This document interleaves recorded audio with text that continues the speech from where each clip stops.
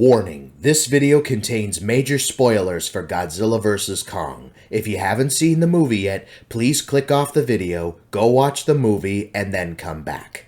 Or don't, I can't really tell you what to do. But if you have seen the movie, or if you don't care about spoilers, enjoy this review.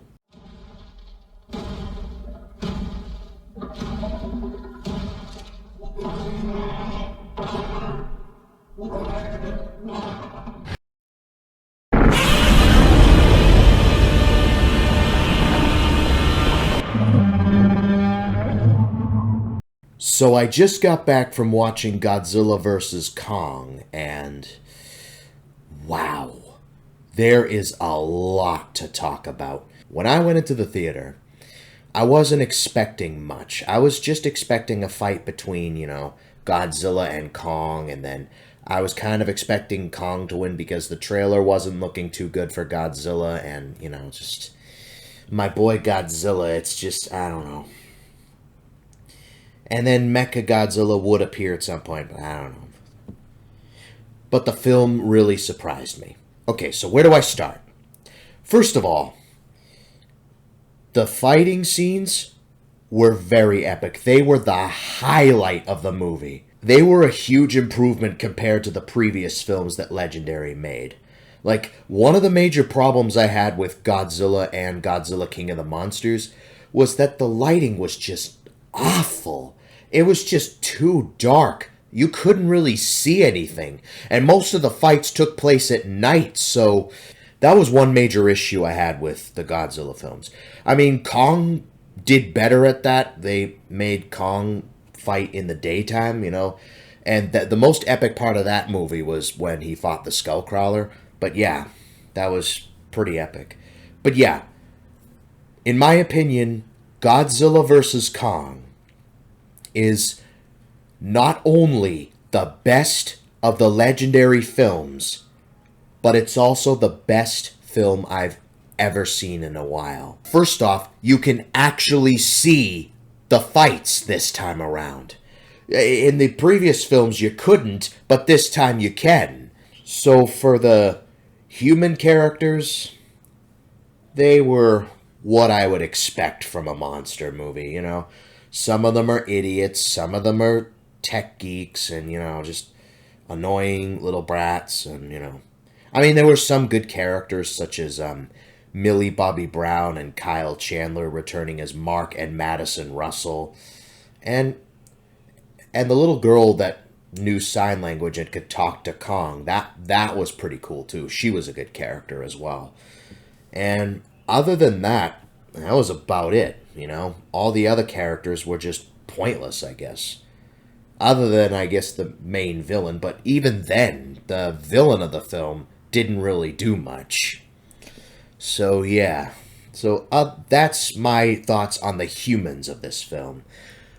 Now, let's talk about the monsters.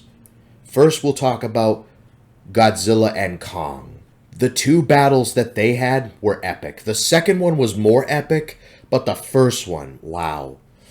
Okay. I enjoyed every minute of them because I could see them. And it was just, one of the most epic fights I've seen. It was a lot more epic than the 1962 fights when King Kong fought Godzilla back in 62.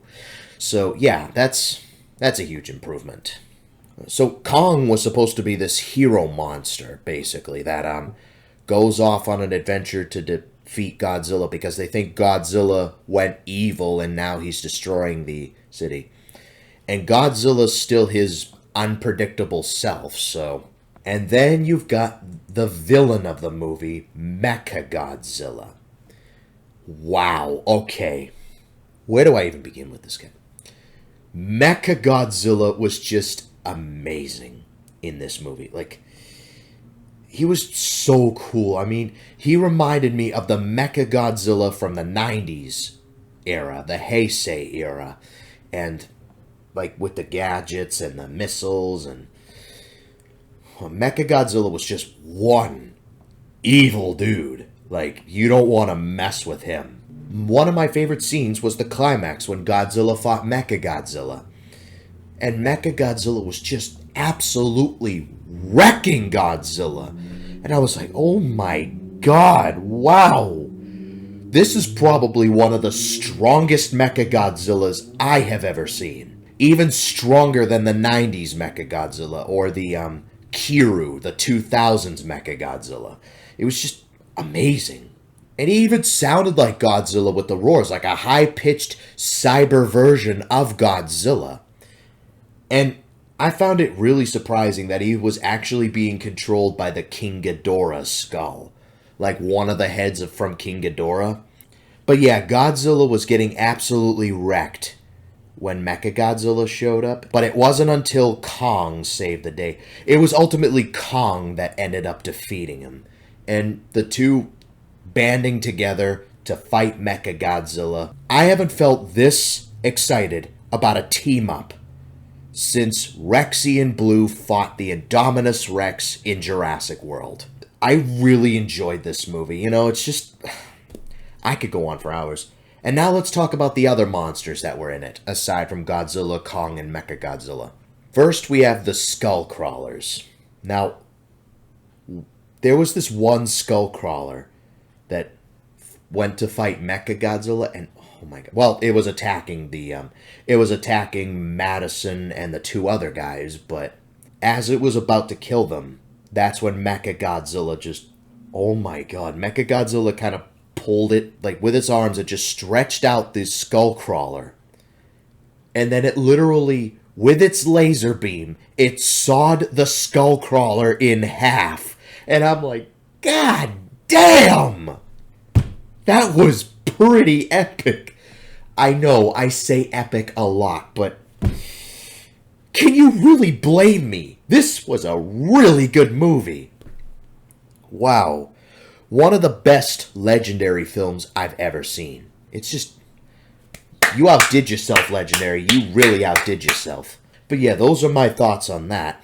And then you got the Warbat, I think they're called. They're only used in a minor cameo with Kong fighting them in the, I think it's called the Flatten Earth or something. Hollow Earth. Hollow Earth. That's what it's called. Hollow Earth.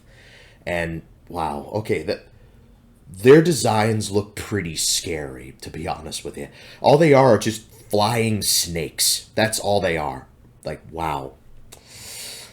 Okay, I am never looking at snakes the same way again. And you know, there were these bats that fought Kong during the plot twist, the secret bad guy. Well, wasn't really a secret because we knew the bad guy was trying to build Mechagodzilla to destroy Godzilla. You know, just, yeah. So while Godzilla tried to go after Mechagodzilla, they wanted Kong to not really defeat him, but keep him at bay. You know, keep Godzilla at bay. So, literally and figuratively. One of my favorite scenes in this entire movie was with Kong and the axe. Like, when he had that axe in his hand, which was generated by gamma radiation, it was like Kong became Thor, and then Godzilla was Thanos, and the two were just duking it out. It was basically Infinity War all over again. What else do I have? Not really much else. I mean, if I had one problem with the movie, it would... I don't know. I don't really have too many problems with this movie. I mean, I guess it's other than the human characters, but that's about it. So basically, those are my thoughts on the film. It's really good. I would give this movie a solid 9 out of 10 rating. It's very epic, and it's a must watch. It is well worth your money, and if you want to go see it, if you haven't seen it yet, go see it. And actually, I might watch it again because it's that good.